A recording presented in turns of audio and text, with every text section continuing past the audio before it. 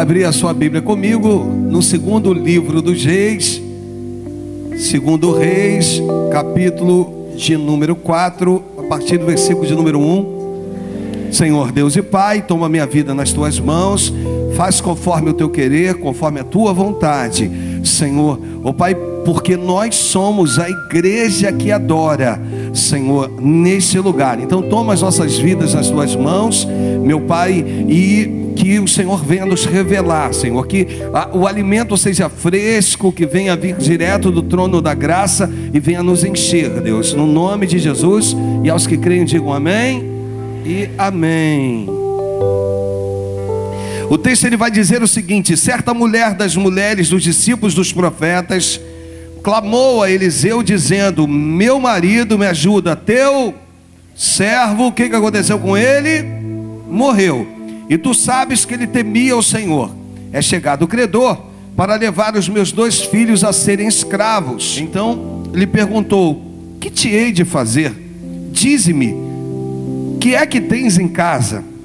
Ela respondeu: tua serva não tem nada, senão uma botija de azeite. Então disse ele: vai, pede emprestada vasilhas a todos os teus vizinhos, vasilhas vazias e não poucas. Então entra aí sobre ti, sobre teus filhos, e deita o teu azeite em todas as vasilhas e põe a parte a que estiver cheia. Versículo 5 diz que partiu, pois, dele e fechou a porta sobre si e sobre seus filhos. E estes lhe chegavam as vasilhas e elas enchia.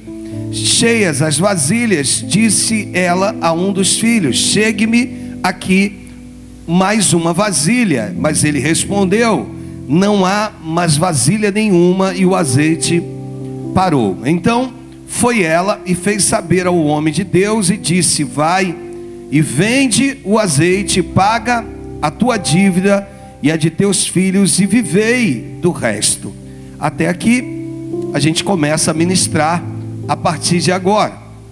Esse texto mostra uma mulher, ou um relatório, uma mulher que se preocupa em trazer até o profeta um relatório. E nesse texto a gente observa que ela ainda não sabe muito bem aonde está a sua crise.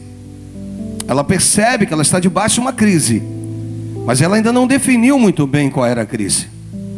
Eu vou te provar isso na palavra hoje. Essa mulher, ela vira para o profeta e diz: meu marido, teu servo, morreu. Nesse relatório que ela apresenta para o profeta, ela começa então, em meio a essa crise, sem definir ainda muito bem o que seria a crise dela, a gente começa a observar que a crise dela não é a morte do marido. A crise dela talvez fosse o medo dos filhos serem levados como escravo. Talvez. Mas nós vamos observar aqui que ela vira e diz: meu marido, teu servo. Ela vira para o profeta e diz assim: antes dele te servir, ele servia a mim e a meus filhos. Esse texto começa a mostrar que antes desse homem, desse marido ser aquele da escola de profetas, ele era sacerdote na sua casa. Ela tem prazer em dizer: meu marido, teu servo. Antes de ser teu servo, ele era meu marido. Ele morreu.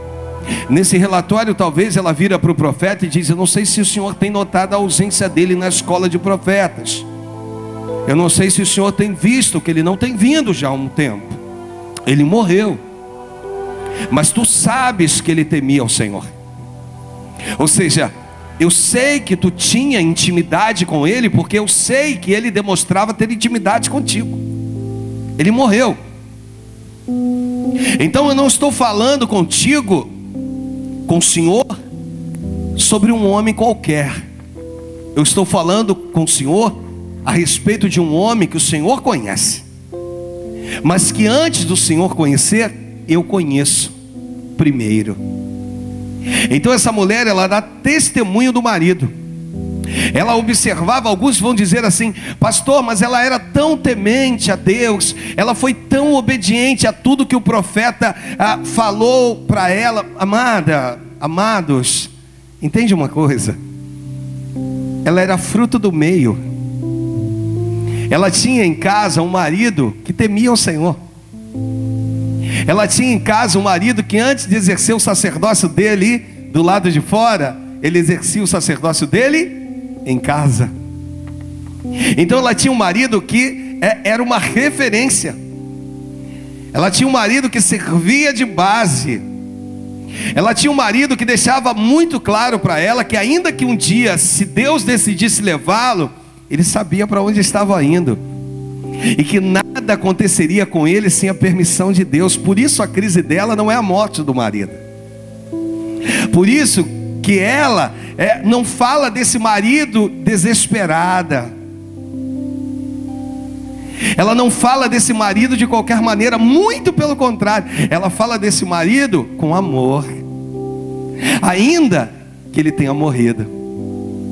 Meu marido, teu servo. E outra coisa, ela não vai lá como uma barraqueira que vai tentar, falar alto, tentar de alguma maneira reivindicar alguma coisa. Não, sabe, porque ele dedicava o maior tempo dele na escola de profetas e não com os meus filhos nem comigo. Não é nada disso. Ela vai lá para dar testemunho desse homem e para virar para o profeta e para dizer assim: tu sabes que ele temia ao Senhor. Sabe por quê? Que eu sei que tu sabes, porque ele me contava as particularidades que o Senhor profeta Eliseu tinha com ele. E aqui a gente já começa a observar uma mulher que, com toda certeza, tinha na ponta da língua um monte de coisas boas para falar do marido.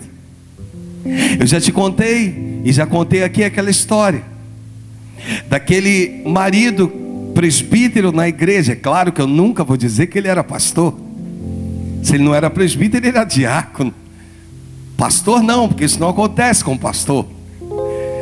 E aí aquele presbítero lá no funeral, na capela, está lá a esposa, os filhos, e de repente as pessoas iam chegando, olhavam para o defunto e diziam: ele era um homem de Deus, ele era tão calmo.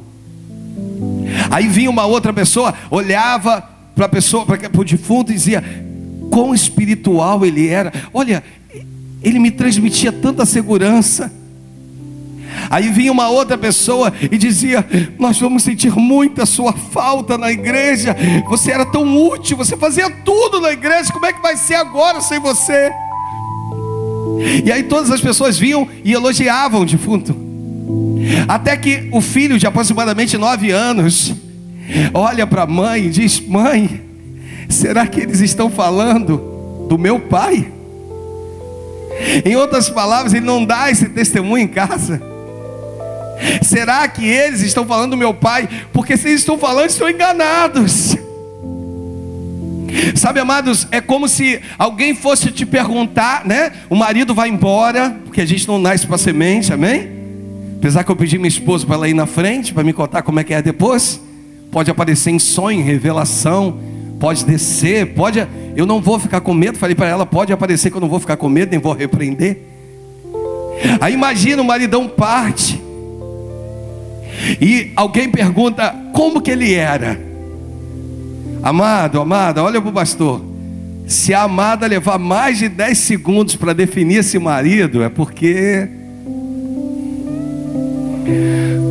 Como é que é? Repete a pergunta: como que ele era? Como que ele era? Quem? O que morreu? O que morreu? O meu marido. Se ela levar mais de 10 segundos para responder, que realmente esse homem não deixou um legado. A crise dessa mulher aqui não é a perda do marido. A crise dessa mulher, e o que levou ela a sair de casa, é interessante, porque ela sai da sua casa. Repita comigo: ela saiu da sua casa. e foi até o profeta. Por quê, pastor? Porque em casa os credores estavam lá para bater na sua porta. Essa mulher traz um relatório para o profeta Eliseu, dizendo para ele o seguinte: olha, o governo, eles fizeram um censo e descobriram que eu estou devendo, e eu não tenho como pagar isso. E o que acontece é que eles agora querem levar meus filhos como escravos. Por isso eu estou aqui. Inicialmente o profeta vira para ela e diz assim: que te hei de fazer? Mas logo em seguida vem uma pergunta dizendo assim: o que você tem em casa? Você vai observar que quando essa mulher, ela responde lá no versículo de número 2, o versículo diz o seguinte: Eliseu perguntou: o que te hei de fazer? Dize-me o que é que tens em casa. Eu ministrei no domingo que Jesus, em meio àquela embarcação, quando ele vira para os discípulos, diz: passemos para outra margem. Quando ele entra na embarcação, que ele vai para a popa, que significa a parte traseira, e embaixo da embarcação, a Bíblia diz que ele encontra um travesseiro na embarcação e dorme. Às vezes você está envolvido com uma crise tão grande. O problema ou a dificuldade, ela tem te cegado de uma maneira assustadora, e tu não tem observado que em meio às suas lutas, dentro da sua embarcação, o Senhor vai lá e coloca um travesseiro. Pastor, por que Jesus dormiu? Dormiu para mostrar para nós que em meio às minhas tempestades, em meio a tudo que eu vivo, em meio a todas as dificuldades que possam vir para me assolar, Ele coloca um travesseiro para dizer: filho, em mim você poderá dormir. Descansa em mim, aprenda a descansar em mim. A crise dessa mulher é tão grande que quando ela responde, ela diz o seguinte: tua serva não tem nada. Por quê? Porque a crise dela a cegou. Ela olha para a sua situação, ela tenta se imaginar, ela tenta pensar um pouco mais, e ela responde, a primeira resposta é: tua serva não tem nada em casa. E aí ela pensa um pouco mais e responde: não, lembrei, eu tenho lá em casa uma botija que está com um pouco de azeite. É interessante que ela foi até o profeta, aguardando o quê? Aguardando sair de lá com o valor necessário. Agora o profeta, no versículo seguinte, vira para ela e diz assim: então faz o seguinte, você vai pedir vasilhas emprestadas a todos os seus vizinhos, vasilhas vazias e não poucas, e você vai entrar aonde? Na sua casa. Qual era o medo daquela mulher? Ou porque ela saiu de casa? Ela saiu de casa porque os credores estavam rodeando a sua casa. O governo decidiu que não daria mais nenhum dia para levar os filhos como escravos. Por que ela foi obediente ao profeta e voltou para casa? Ela foi obediente porque ela fazia parte de uma família, de uma geração obediente. Quando você faz parte de uma geração debaixo de obediência, querido, dá tudo certo. Você não tem dificuldade em desobedecer. Ou melhor, você tem dificuldade em desobedecer e não tem dificuldade em obedecer. E aquela mulher então, ela olha a sua situação e ela volta. Você consegue imaginar aquela mulher voltando? Achando que voltaria com dinheiro, achando que voltaria com a solução do seu problema, e voltando simplesmente com uma palavra. Ela pode não ter voltado com dinheiro, com a solução, mas ela voltou com uma palavra que geraria a solução do problema. Você está entendendo? Diga amém. O que precisa acontecer contigo é que você, na sua obediência, ainda que ela seja movida por uma palavra, saiba que essa palavra vai gerar a solução dos seus problemas. Então, se tiver que voltar, volte. Se você não conseguir palpar, se você não conseguir segurar, se você não for algo palpável, que você possa compreender em nome de Jesus, que ainda assim, só uma palavra que for lançada a teu favor vai surtir o efeito necessário. Ela volta debaixo de uma palavra. E é interessante, amados, que o profeta manda ela recolher vasilhas e não poucas. Não é isso? Manda ela entrar e o profeta vira para ela e diz: filha, tu sabes que Deus me usa. Eu quero te dizer que para o milagre se concretizar na sua vida, você vai precisar. Vamos lá, você vai precisar fechar a porta.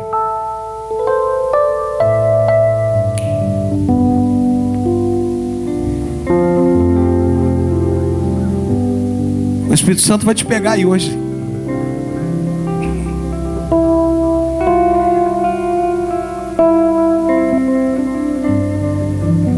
Se o profeta está dizendo que tem uma porta aberta, no mínimo uma aberta, é porque tem uma porta aberta.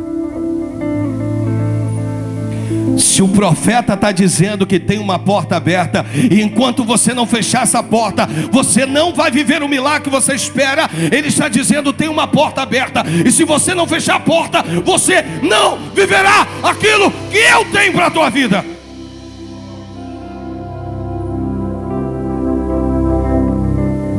Toca na pessoa do teu lado e diga: fecha a porta. E às vezes no seu nível espiritual tu diz: quem? Eu. E Deus está dizendo: você e você. Uma porta aberta aí, e eu quero que tu feche essa porta. Enquanto tu não fechar essa porta, você não vai viver o milagre que eu tenho, você não vai viver a multiplicação, você não vai ter azeite em abundância na tua vida. Tem porta aberta, e essa porta hoje precisa ser fechada em nome de Jesus.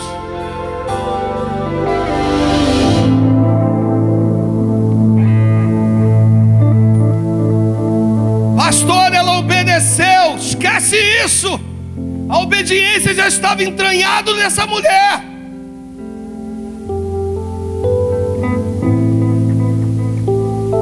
Como assim, pastor? Devido à devoção do seu marido. Vamos compreender aqui uma coisa: os benefícios da porta fechada. Vou citar um. Quando ela fecha a porta, eu vou citar mais de um. No versículo 5 diz: partiu, pois, dele e sobre si e sobre seus. Quando ela fecha a porta, começa a acontecer um relacionamento que talvez há muito tempo não acontecia entre ela e seus filhos. Quando tu fecha a porta, Deus abre relacionamento. Então não fui claro. Quando tu fecha a porta, teus filhos vão começar a ver o milagre. Eles vão começar a participar do milagre. Enquanto essa porta estiver aberta, teus filhos não alcançarão, não viverão, não acompanharão. Enquanto essa porta estiver aberta, você não vai conseguir externar para eles, você não vai conseguir deixar para eles um legado de vitória. Enquanto essa porta estiver aberta, não há relacionamento.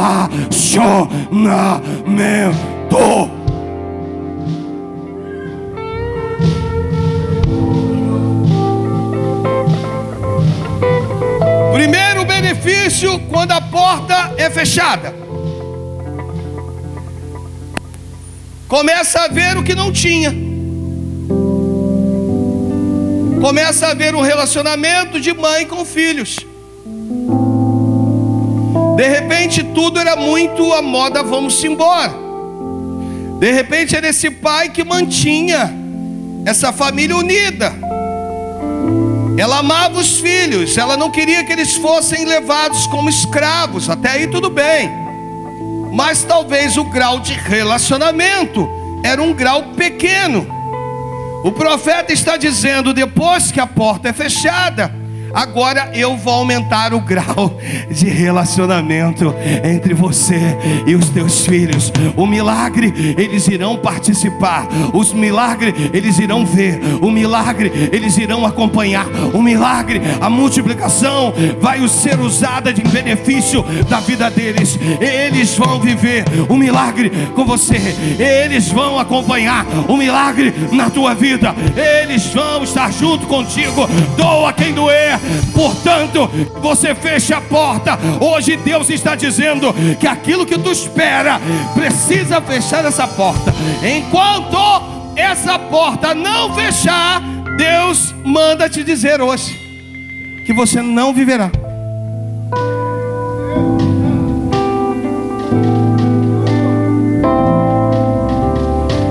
Segunda coisa, o segundo benefício que acontece quando a porta é fechada.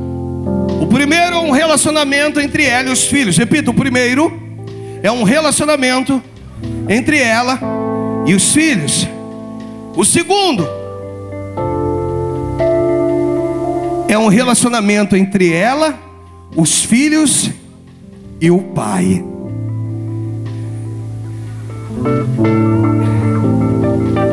No versículo 2 diz que essa mulher tinha muito azeite de sobra, que poderia encher várias vasilhas. É isso, amados?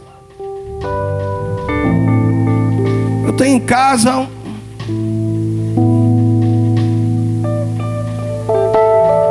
muda a versão aí, Mateus, para me ajudar, vai. E Eliseu disse: que te hei de fazer? Declare-me o que é que tens em casa. E ela disse: tua serva não tem senão. A Nova Tradução, na linguagem de hoje, ela vai dizer, não precisa pegar não, ela vai dizer que ela tinha um bocado de azeite na botija.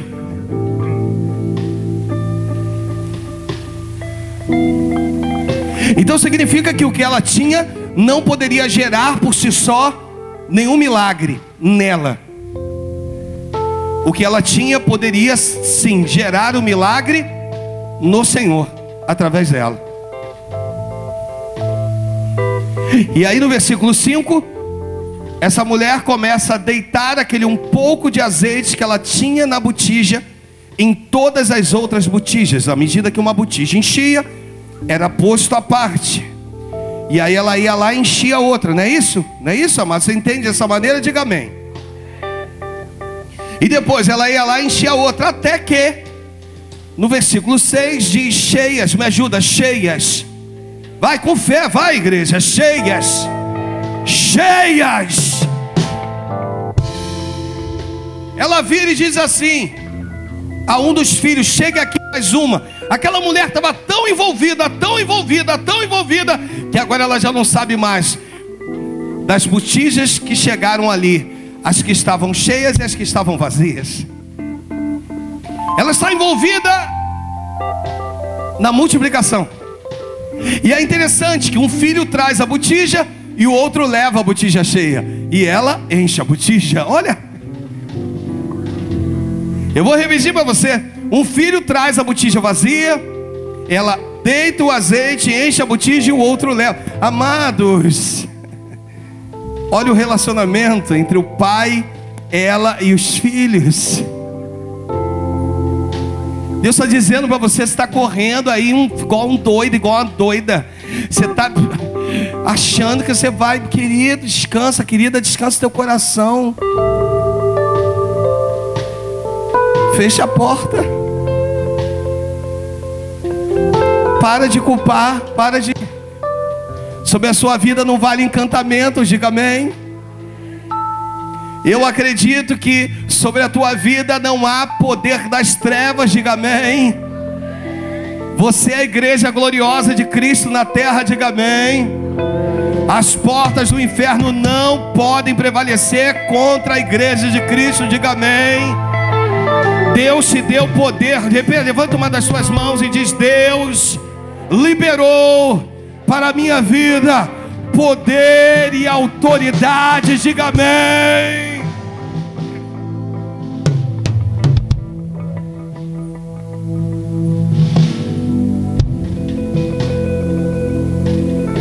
E aí, cheias as vasilhas, disse ela a um dos filhos: chegue-me aqui mais uma vasilha.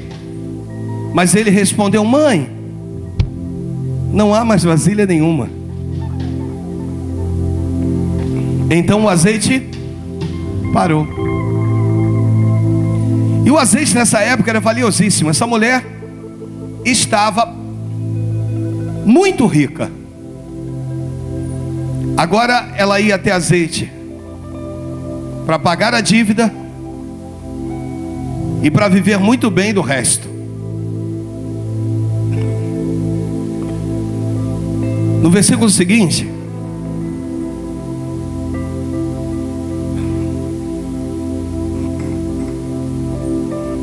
o texto diz assim: então foi ela, o que ela fez? Fez saber ao... Sabe, amada, a maior dificuldade é essa aqui. Você vê que a obediência está tão entranhada nessa mulher, que depois ela tem a solução do seu problema, da sua petição, ela resolveu não tocar em nada. Ela vira para os filhos, em outras palavras, diz assim: filho, deixa tudo aí. Mãe, não, deixa tudo aí, deixa tudo aí. Está tudo cheio, mãe. Agora os filhos estão sorrindo. Mas agora ela precisa fazer saber o homem de Deus o que aconteceu. Ela não está disposta a tomar nenhuma decisão sem antes fazer conhecer a sua cobertura espiritual.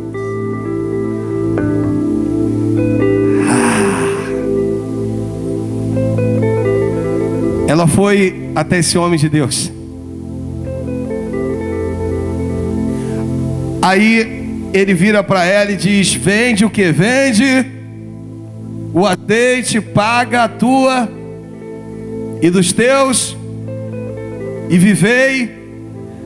Esses filhos, para você entender, eles não seriam escravos para sempre, não. Eles seriam escravos durante um período, até a dívida ser paga.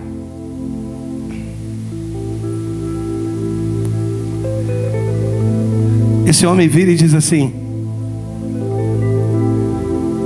vende o azeite, paga a tua dívida, a dos teus filhos, e vivei do resto. Tema da nossa meditação.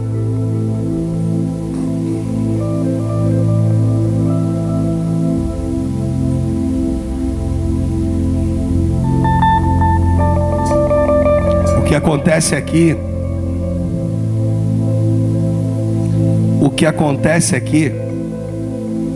é que o profeta vira para ela. Se ela faz tudo por conta própria, ela não ia receber essa última palavra do profeta, que é tudo.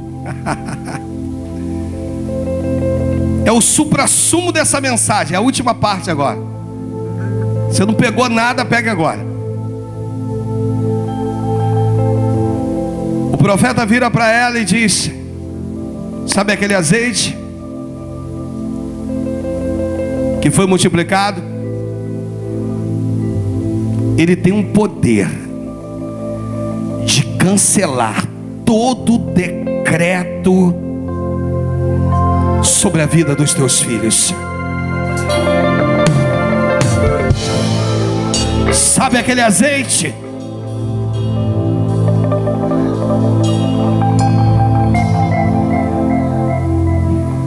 Ele tem um poder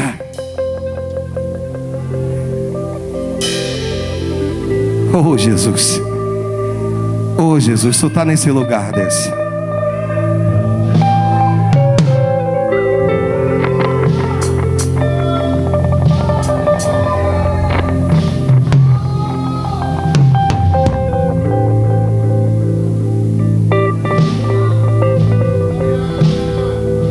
Ele tem o poder de cancelar todo decreto de escravidão para a vida dos teus.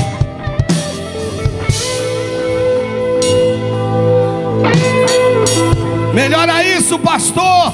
Sabe essa unção que está sobre a tua vida? Sabe essa unção que eu fiz brotar? Sabe essa unção que agora tem abundância? Todos que vierem, todos que vierem, todos que te cercarem, todos aqueles que te envolverem, todos serão livres, livres, livres, livres, livres, livres, livres. Ah, Deus hoje está quebrando com o decreto do inferno sobre vidas hoje aqui nesse lugar. Decreto do inferno, decreto de maldição, decreto de escravidão, decreto de vício, decretos, decretos, decretos. Deus está dizendo que essa unção vai quebrar.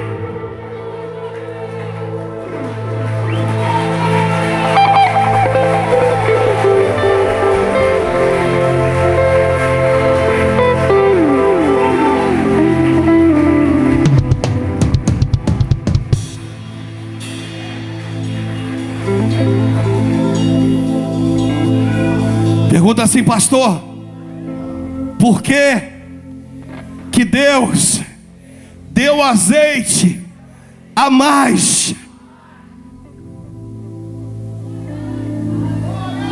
Porque agora Deus queria mostrar para essa mulher que não ia usar ela mais só para liberar o decreto de escravidão na vida dos filhos.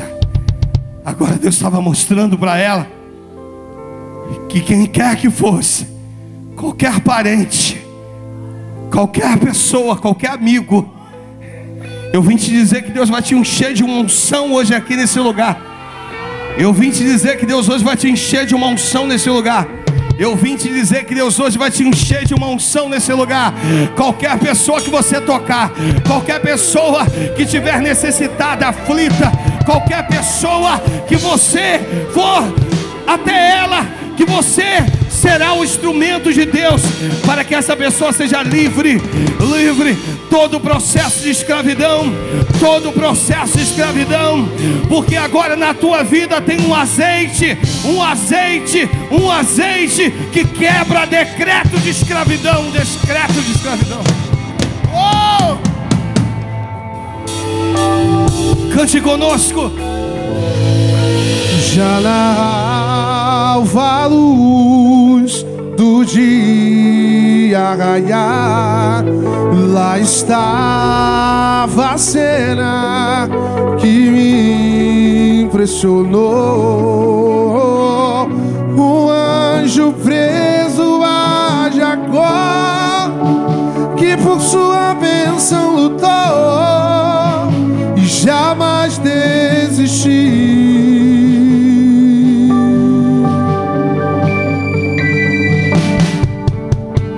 Não largava o anjo, ele muito insistiu. Não sairia dali sem sua bênção na mão.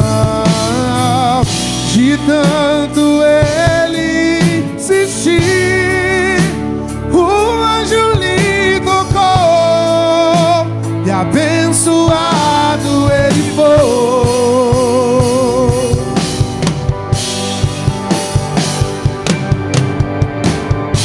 Preciso de uma bênção, não vou desistir.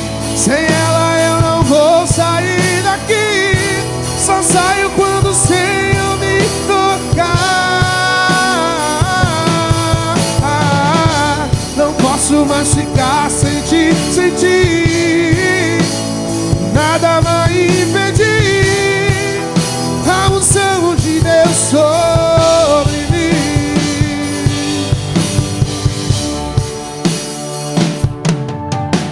Na alva luz do dia raiar, lá estava a cena que me impressionou. Um anjo preso a Jacó, que por sua bênção lutou e jamais desistiu.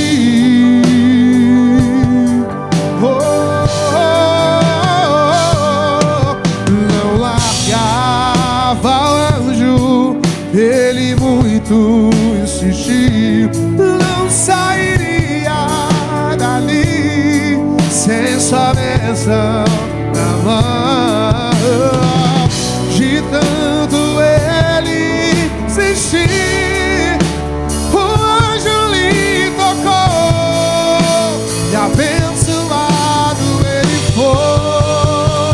Deixa eu ouvir a tua voz, deixa eu ouvir a tua voz. Cante!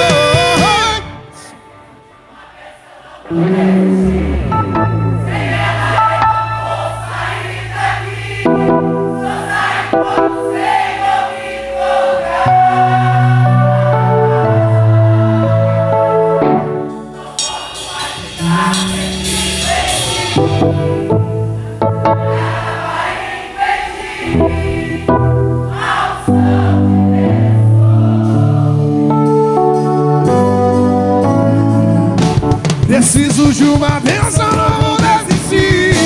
Sem ela eu não vou sair daqui. Só saio quando o Senhor me tocar.